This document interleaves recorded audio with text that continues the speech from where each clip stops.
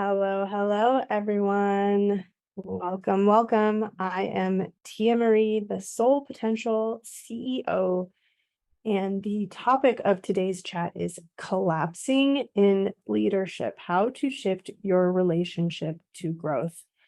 I just recently saw a post on Instagram of somebody sharing, uh, is it just me or was the past week just so crazy?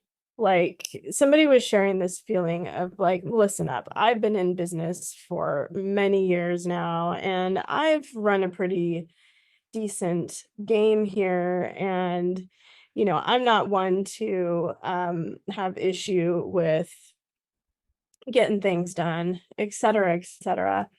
But lately, it has felt really crazy. And it was just a reminder to me, and I think a really important conversation to have within the context of the growth journey of entrepreneurship, specifically, leaning into like the leadership space, that there are times when we are moving through like self-initiated portals of expansion that feel really hard and chaotic and crazy. And I want to tell you that we've all been through it.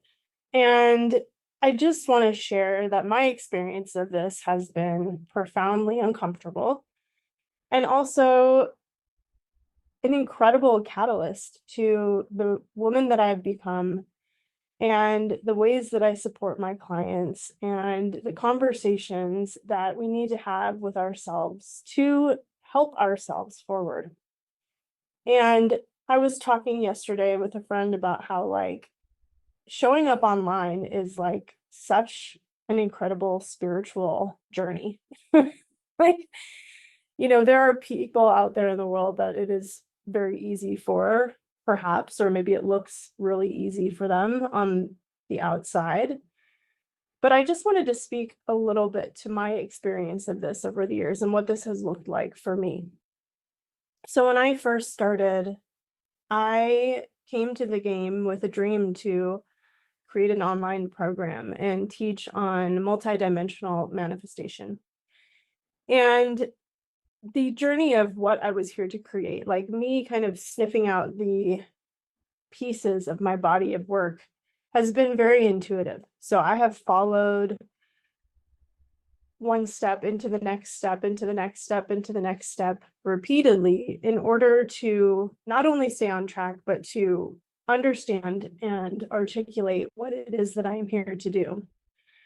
And in the beginning, when it was just as simple as maybe sharing one online program, sharing my thoughts, sharing my ideas, the first thing that came up for me was how to create a sustainable, energetic resource inside of myself that was adept and skillful at showing up for that work. So this would look like me going live on a live stream and perhaps delivering the information that comes to me and then just being completely wiped out, for the rest of the day. It took a lot of effort for me to do that in the beginning. And then it grew into me gaining confidence on the things that I was here to share in the world, and me becoming a better writer, and me becoming somebody who created art in my business. And then it became how I could serve clients one-on-one, and then how I could facilitate and launch new ideas and different programs, and how I could sell. And there's so many things involved in this process. And over the years, with each step I took, each time I remained focused and came back into the task that I was just simply learning how to build a skill, and that I would grow into the vision of what I was desiring to create on a much bigger level as I moved through that. There were times when I was just really depleted and collapsing in my business, and I have seen this happen in other creators over the years. And I've also seen people really beat themselves up about it. And what I want to say to that is the real opportunity here is to look at everything that comes your way as a service to the larger intention of what you're here to create. So you've probably heard me say before, the doorway creates the destination. For example, if you say that I desire to teach people how to embody manifestation, for example, then you will learn through the process of your life what it means to live as that. And everything that comes your way that is incongruent with your ability to do so will pop up for you so that you have the opportunity to embody it. The name of my business when I started it was Multidimensional Development LLC. And I've always kind of chuckled in hindsight at how correct that was about where I was going and what I believed in. And I'm not always sure that I was aware of all the dimensions of me that were playing the game together to arrive to the place where I could be more resilient. And then there's also this tendency to kind of want to like release the pressure from things that we've created in the past and, just burn everything down and reinvent ourselves and, find the next thing that is the right thing. And this can be really dramatic for a lot of people. It can feel like a rite of passage or a dark night of the soul. And I have thought for years that, if our quote unquote, like spiritual systems, if our belief systems are really working for us, there is a stage in the game where it must reach more of a equilibrium. Like I would tell myself this, in the beginning, just to kind of like keep myself supported and moving forward. Like, it will get easier. It will feel less dramatic. The highs won't be as high and the lows won't be as low. And eventually I'm going to end up, moving through the cycles of my business and what I'm creating and my own levels of leadership and my own expression. And it won't feel like such a stretch for me to get to the place where I'm, desiring to be. It will just be like this upward climb, where I'm going through these minor patches, rising to the occasion, and then moving on. And I will say that it has felt that way.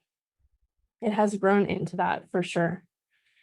And so it really comes down to understanding that, like, when you have the desire to burn it all down, to release yourself of the pressure of the thing that you created, there is an aspect of that which is connected to your identity that is true. Like some part of you has to evolve and be released. But the bigger body of work, if you are tapped into your calling and what you are here to do, it never truly, truly changes. It just fine tunes itself over time. Like you become more articulate, you become more concise, you become more focused. You get to the point where what you think you were here to do actually realizes itself in front of your life. And so you know how to engage with it more deeply. Perhaps you access higher level teachings, different ways to assist your clients, and you're in this consistent state of learning. But the burning down part actually happens in the chaos you experience in your life. So when you find yourself in situations where what is happening in your business feels chaotic, it's not necessarily a call to destroy everything that you've created. It's more of a call to take that chaos and mold it into something that aligns with your bigger vision. Something I think that has always been interesting to me is the truth that we have this idea that if we want to step into a different reality, that it should just appear before our eyes, right, with very little discomfort, if we are quote unquote aligned. But I truly, truly see this as a deep distortion of self-awareness, because if we want to exist in a new reality, we have to realize that the one that we are existing in now has to be destroyed in some ways. Like energy and matter and reality and relationships and the way that we've been operating from the past and the way that we do things, all of that has to kind of like blow up in your life. You reach this place where you're just like, no, man, this isn't working. And then if you have the vision, if you have the mastery, if you have the ability to really learn how to create at the level that you're capable of, what you do in those moments is you just hold yourself in the vision of what you can use this raw material that chaos has created for you in service to. So it's always about taking what is there and then taking it to the next level. Challenge and chaos together is a really uncomfortable sensation in our system. And there was a teaching that was shared with me many years ago that completely changed my life. And the teaching that was shared was that chaos has nothing to teach you. And I just thought, what? I've never heard this before. Like, for some reason, this planted a seed in my mind and opened up like a whole new way of living my life for me, because I am somebody over the years with like neurodivergence and the level that I was creating at, like constantly, with new ideas and creating new things. And I was comfortable with change. I was comfortable with risk. I was comfortable with taking big leaps. And so I experienced a lot of chaos. And I always felt like that meant that there was something wrong with me and that I was actually a failure at creation, that I was a failure at life, that I wasn't a good person, maybe because good things didn't happen to me. I mean, this was all a perspective that I held because a lot of good things happened to me. I was really successful, but the fact that I was really successful and then also experiencing so much chaos made me feel really insecure about myself. And when I realized that chaos was simply a symptom of creation and that I didn't have to find myself in states of chaos trying to learn lessons about what I shouldn't do again in order to not experience that chaos. When I understood it was just a pure state of potential, I was like, oh my God, this is it. This is the permission that I give myself to fully accept myself and not end up in states of blowing it up, end up in those sustained states that I'm talking about where, the highs and the lows are not so extreme because I understood how they operated in my world, in my reality, in life in general. And I didn't have to end up backing myself up against a ledge in order for me to jump. I could use every small challenge, every small discomfort that came my way, and I could mold it into something useful for my future.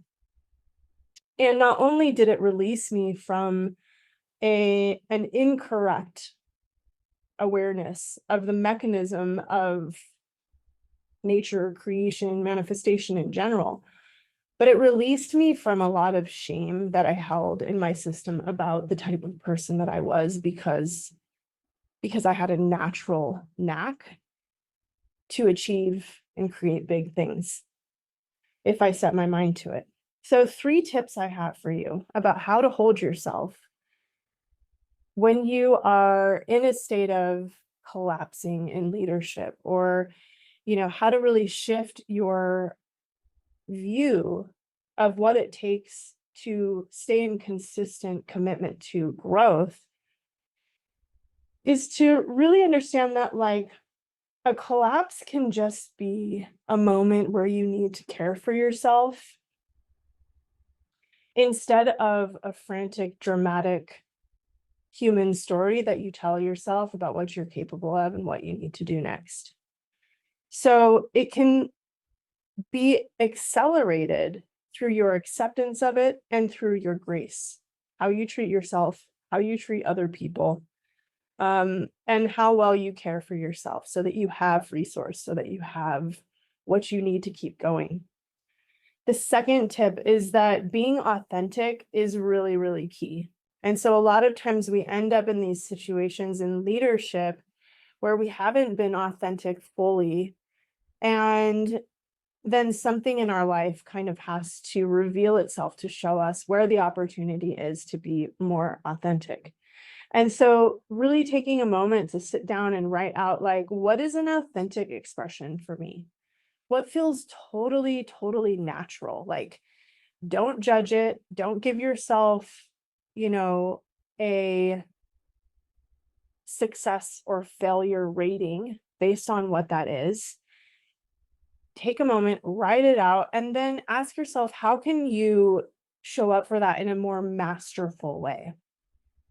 Oftentimes, what is authentic for us has been denied for so many years, denied and judged and maybe rejected by other people in some form. And so we stuff it down into this little gremlin in our system that just lashes out when we feel attacked or challenged or stressed.